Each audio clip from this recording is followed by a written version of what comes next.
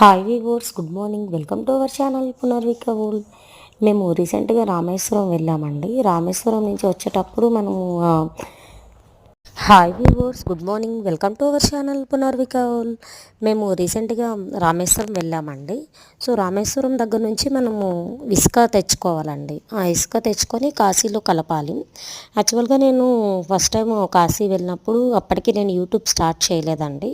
So ఆ videos నేను పెట్టలేకపోయాను.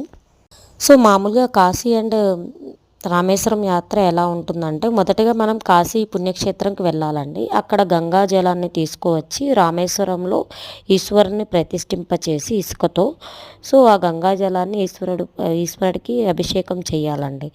తర్వాత రామతీర్థంలో ఉన్నటువంటి ఆ ఇసుక తీసుకొచ్చి ఆ ఇసుకని మళ్ళీ మనం కాశీలో కలపాలండి. సో ఇది మనం చేయవలసిన పద్ధతి అండి. వీడియో కనుక